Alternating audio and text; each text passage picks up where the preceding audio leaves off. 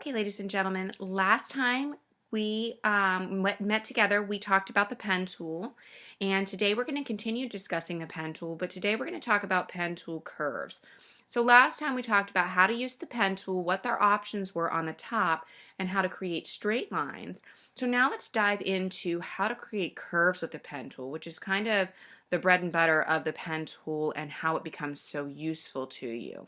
So just like last time, I want you to open a blank document that you can work on. Open it in split screen next to the tutorial so that you can kind of work along side by side with me if you'd like. I'm going to select my pen tool from the toolbar.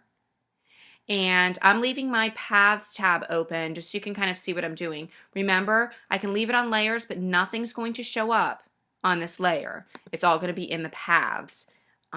So I'm going to create a new path. And so again, if I click and release, I get a straight line. If I want to create a curve, I need to click and hold my mouse and drag. So let me show you what that looks like. So I'm going to click, I'm holding my mouse button down, and I'm pulling. Notice, not only did it make a curve, but it created kind of these little handlebars that I'm moving around with my mouse. So I have not let go of my mouse button yet. And let me talk to you about what these little extra pieces are. Okay, these are called handles. And the handles work to control the curve. So my left handle there is controlling how much that segment curves, okay, and at what degree it curves. I can slide these in and pull them out if I want a really deep curve. I can also tilt them depending on where I want the curve to start and where I want it to end. Okay, so the left part is controlling my curve. The right part, where my cursor is attached to, is going to control where my curve goes next. So I'm going to let go here. And I've turned on my rubber band feature so that you can see. Last time we talked about up here under the gear icon was a little checkbox for the rubber bands. If you haven't turned yours on, go ahead and turn it on. This is going to help you visualize where your curves are able to go. So one of the most frustrating things about the pen tool is figuring out why things won't curve a certain way that you want them to go. And so the rubber band feature kind of shows you where I click, kind of how that curve is going to look. So if I click up here, it shows me how my curve will look. If I click down here, it shows me how it will look. Okay, if I just click and I don't drag. Okay, if I click, however, and drag, I have a little bit more control. So I can go backwards and make like an S curve, or I could go and do another deep curve over this way. Okay, so the rubber band feature is just showing me where I'm going next. All right, so this part of my handle up here is going to show me how much my line is going to curve and at what angle.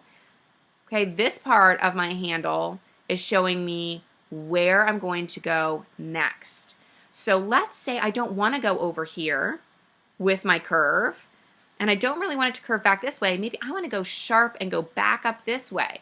But notice when I take my cursor up there, it's going to do a little loop-de-loop, and maybe I don't want that to happen.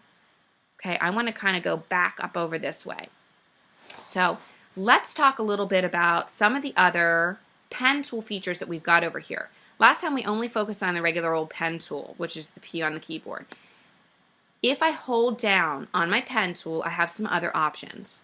Much like many of the other tools in our toolbar, okay, we've got kind of a hidden menu under here. I've got a freeform pen tool, and I'll show you what that can do. The freeform pen tool works very much like a pencil would, so I would just kind of click and drag around something, and it would create a path for me. Okay, and sometimes this path, let me select it so you can kind of see, has too many anchor points when I use the freeform one, and sometimes it's okay, so it just depends on what I'm doing. Okay, but sometimes it's got a little bit too much going on here. I've got an add anchor point, so maybe somewhere on my path I decide I want to add another anchor point. I need more there. I can add more anchor points. along the way, and it will give me my little handles if it's on a curve. I can also delete anchor points, okay, with this one here. So maybe I decide I don't really need that one, I can get rid of it. Or maybe this one over here. Notice it's getting rid of those little anchor points that I've got there. Okay, and then lastly, I've got my convert point tool. Okay, this one comes in way handy. Okay, so this guy looks like a little carrot, and when I click, okay, it's going to give me the option of adding handles where I didn't have handles before, so maybe it was a straight line and now I want to make it curved. Or if it's an already curved line, I can delete some of the handles to make it a sharp point. Okay, so you can see where this could come in handy a lot. Up on our options bar at the very, very top here, let's go back to our regular pen tool. We had an auto add delete checkbox. And I told you in the last video that I would show you what this kind of does, and it's going to save you a little bit of time. So if we check this, well, first let's leave it unchecked. When I hover over a path that I've made, notice it really doesn't do much other than give me the option to make a new path. On a selected path that I've got down here, doesn't really do a whole lot. Okay, so if I create a new path and I hover over any of the segments, I don't really have a whole lot of options on what I can do here. Maybe I need to do something with these anchor points. I can't really do anything. If I turn on my auto add delete, however, when I hover over a segment, look at that. It converted it over to that other pen tool that was underneath our menu, the add anchor point. Okay, so now I can just on the fly add another anchor point. Or maybe I need one over here. Okay, I can also delete anchor points on the fly without having to switch over to my other pen tool in the toolbar. So I can just click it and get rid of it. So this is much, much faster than having to click over here in my toolbar and switch tools each time. Okay, the other thing I can do is I can use my convert on the fly, okay, by holding down my Alt key on my keyboard and hovering over any of my anchor points. Look at that, it gives me my convert tool. So this is going to save you so much time, okay, so I can adjust things kind of as I go. So maybe this anchor point, I need to get rid of it or convert it so that it's not curved again. All right, so back to what we were talking about before. So let's say I've got a curve, but I want to go sharp back in this direction, but I don't want it to curve. I don't want it to bend like that. I want it to be a sharp point. Okay, that's where our convert tool is going to come in handy. If I click on this anchor point, the one I just made the curve with, it deletes half of my handle, okay, which allows me for me to decide on the path of where I'm going to go. Okay, so I can make a straight line going this way, any angle I choose. Okay, so I've gotten rid of that half of the handle that's deciding where my curve is going to go next. And so now I have control over where it's going to go next. And so I can come back this way and make a very sharp point here. I've gone from a curve into a straight line. Okay, so let me clear some of these out of here so we have something fresh to work with. All right, so I can create straight lines. I can create curved lines by holding down on my handles. Okay, I can go sharp back in the opposite direction if I want to. If I hold down my Alt key on my keyboard, I get that convert, okay, if I need to. Okay. I also have my control button. I'm sorry, I'm like, my brain completely froze. My control button on my keyboard while I'm using my pen tool converts over to this little arrow. Okay, and this little arrow can be my friend as well. So like the convert key does here, okay, when I hold down my control key, I get a little arrow. And this arrow comes in handy. Let's say I've outlined something and it's not quite on the edge like I wanted it to be. I need to move it just slightly. I don't want to redraw the entire path. I just want to move that one anchor point slightly. Your white arrow is going to come in handy for that. Okay, so by holding down my control key, I get the white arrow, and now look at this. I can move just this one anchor point wherever I need to, or maybe I need to readjust this a little bit. I want to slide it around, or maybe I need to readjust the curve. I can pull my handles and readjust things. Okay, so nothing is set in stone with the pen tool. And that's one of the other frustrating things about the pen tool is if you don't understand how to use it and what some of these commands are, you feel like it's kind of stuck in stone and you have to start all over again if you make one small mistake. But that is not the case. Those little arrow keys that I just showed you, that little white arrow, is found here. 2 tools down on the toolbar, so under our text tool, we've got a black arrow. If I hold down on the black arrow, I can see I've got a black arrow and a white arrow. The black arrow is my path selection tool, and I'll show you what that does in a second. The white arrow is the one we just used, and it's called a direct selection tool, so I can select it from here as well.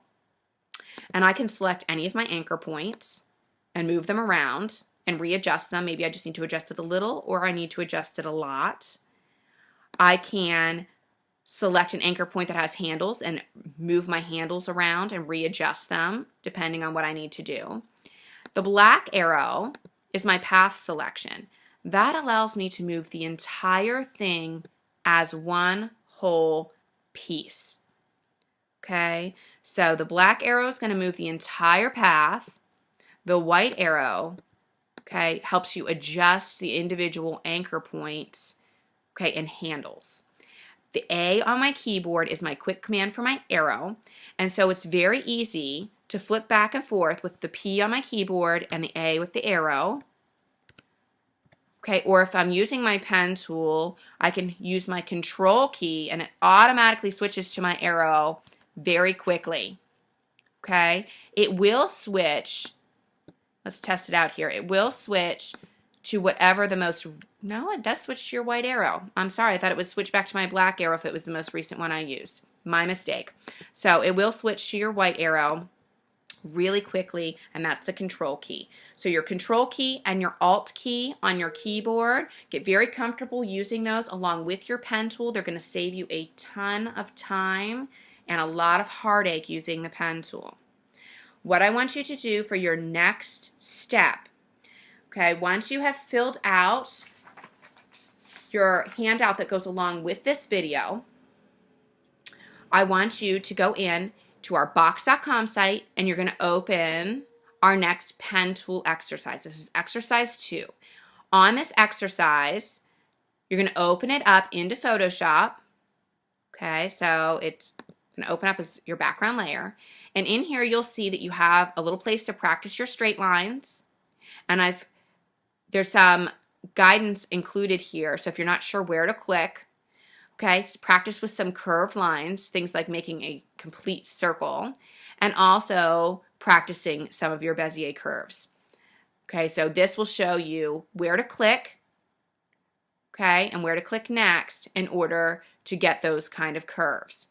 There are curves with corner points, meaning you're going to have to use some of those keyboard commands that I showed you, your Alt and your Control key, to move things around and adjust things, or delete half of your handle so that, and it tells you right here, your Alt key, okay, to delete half that handle so you can go back the other way.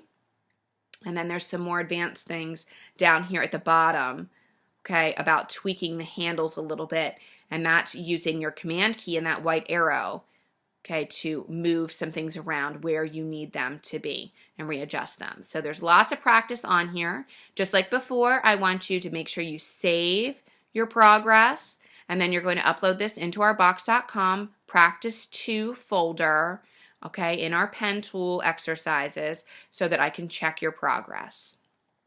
That's all for right now. Next time we meet, we're going to talk about using the pen tool and shape. If you have any questions, let me know.